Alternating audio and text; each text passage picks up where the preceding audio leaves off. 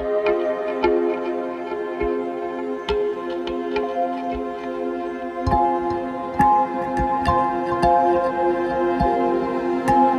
me know in the comments, are you low tech or high tech?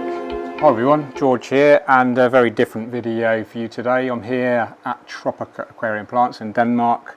This is their studio, and we've recently just filmed, today we've just finished filming a video on how to make your aquarium safe during these hot summer months, if indeed it is hot where you are. So make sure you stay tuned to the Tropica channel if you've not already subscribed to that. But I wanted to talk about high tech versus low tech. What does that actually mean? So high tech here, low tech here. Nothing to do with the scapes.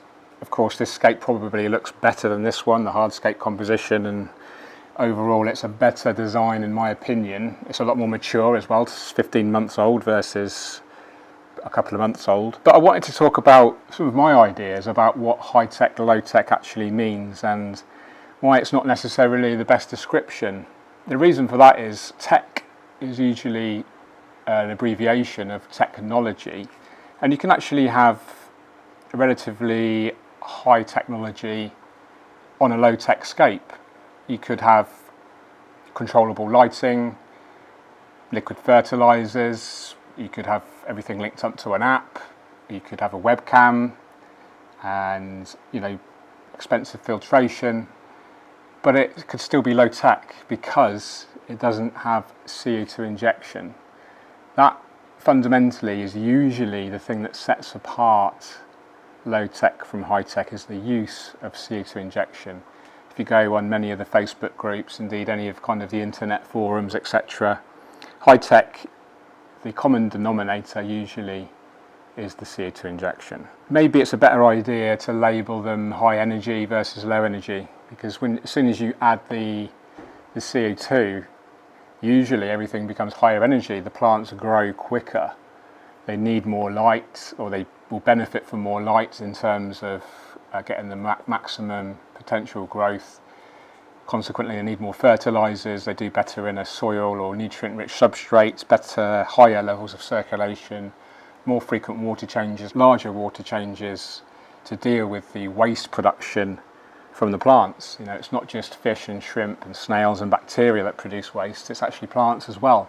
If you don't dilute that waste with large water changes, it can lead to algae issues and other issues. Low tech, high tech, it's an interesting discussion. And that's why I'm kind of here, because I've got the two tanks next to me. This is high tech, and this is low tech, or low energy. This Anubias, this Bucephalandra, this trident fern has been trimmed probably twice in the 15 months that it's been growing, whereas the stems in here and many of the other plants have been trimmed almost weekly. That's not just to do with the plant growth rates due to the technology that's running them, it's actually the plant species themselves. This is using slow growing plants, epiphytes mainly, the Bucephalandra, very slow, Anubias nana, Microsorghum pteropus trident, there's a few stems in there. It's so low tech, so low energy that the Rotala has gone really stunted. I've never seen such small compact Rotala. It's really interesting. Yeah, I just thought I'd just have a little bit of a chat about it whilst I'm here. It is really hot in here. It's really 28 degrees C. It's very, very humid. There's lots of open top tanks here, so yeah, no ventilation. So if I do have a bit of a bead on, then you know why. High tech, we've got controllable lighting here. This is the Chihiros Vivid 2, and we can actually, I'll do that for you now, we can play around with the settings on your app. It's quite a good bit of kit.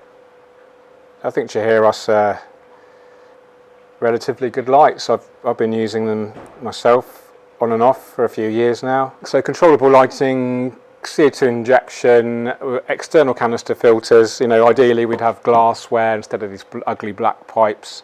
I don't think the actual filter's plugged in. I've just done a water change on it, so that's my bad. You can actually see full videos of these being set up. This was set up as a Tropica Live with Rachel Ellis last year, 15 months ago. Yeah, what's your favourite crypts? Willisii, what we're using. Oh, is it? Yeah, I quite like it. Watch the whole workshop. I'll leave links to that in the replay, and the same thing with this. This wasn't a Tropica Live, this was just a regular video for Tropica on their channel, but I'll leave a link to that as well. Let me know in the comments, are you a high-tech or a low-tech guy, or do you have both? I mean, low-tech is usually associated with lower energy consumption, lower in terms of like electricity, as well as the energy required by the plants, or the energy produced by the plants even. You know, low-tech's really popular. I guess it's more accessible, it's cheaper, the maintenance is usually lower, setup cost is lower. People tend to be a little bit wary of CO2 injection. It is relatively expensive. You're dealing with high pressure, potentially dangerous gases. CO2 is toxic if overdosed, but you can't grow anywhere near as many plants as well without CO2 injection. So you're limited. You're limited by the plant species. But that said, there's still plenty out there. If you look at the Tropica kind of catalogue, their product list of all the plants, all the green, or the easy category, probably you could grow without CO2, as with this aquascape here. I think this is a Fluval Spec, 60 litres, 15 US gallons or so. I maintained it earlier, I spent quite a bit of time maintaining it. It is actually in the reception area usually of Tropica, and I moved it here for the video, and during that process I maintained it as well. So let me know in the comments, what's your thoughts? High-tech or low-tech, what kind of person are you? Have you got experience with both? I don't actually have that much experience with low-tech. I tend to always use CO2 injection in most of my aquascapes. I just prefer to get the best out of those aquarium plants. As an aquarium plant nerd, I like to see them growing their best. Really interesting is the oxygen bubbles forming on these trident fern leaves here, and that isn't because of CO2 injection. You usually need CO2 injection to get pearling. We call that pearling. They represent little pearls that form on that leaf surface. But the reason they're pearling is because of this. I did a huge water change, literally drained it right down to here. There's no fish in here at the moment, just some shrimps.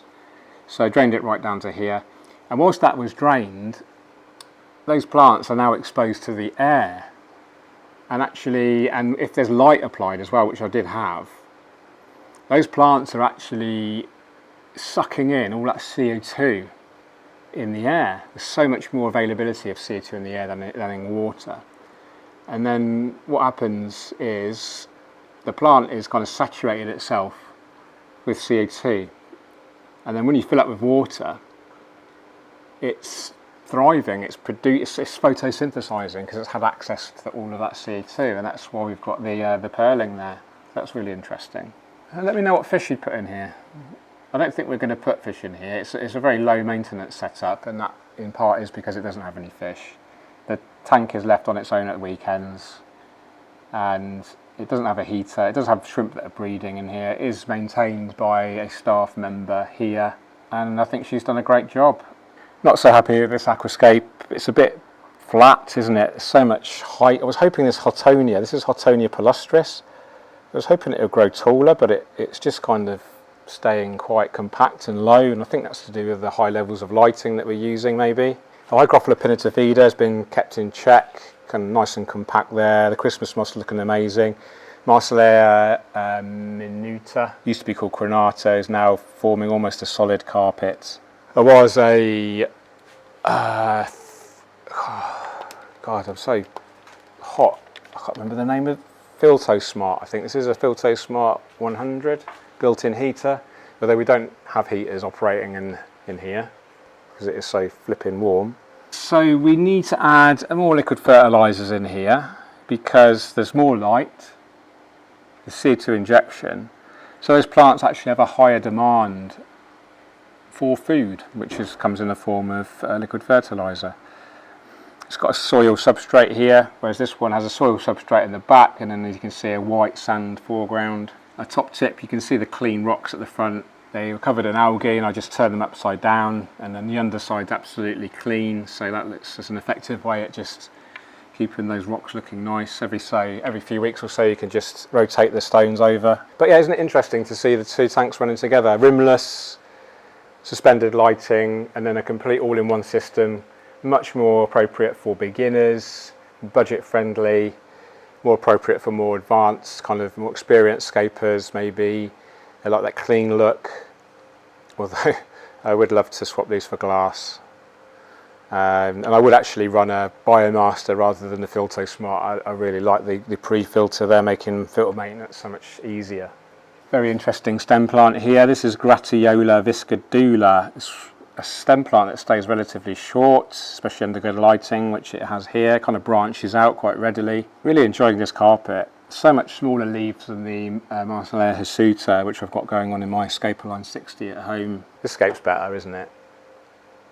But the plant health and the potential for an amazing scape is much higher in here, because we're not limited by the plant species, because we've got as much light as we need. We've got CO2 injection, soil substrate, grow any plant we like. We're only limited by our imagination, really. In here, though, we are limited. We're limited by this light. I'm not sure. I think it's 11 watts, if I'm not mistaken. Internal filter. But you know, it's a nice, neat unit, isn't it? I'm not particularly happy with this big kind of thing here, but yeah, it looks okay. It has a tap. You change the lighting with this tapping here, but the only thing is, it's on the light's on a plug-in timer. When the timer, let's operate the timer now. Now, when it comes on again,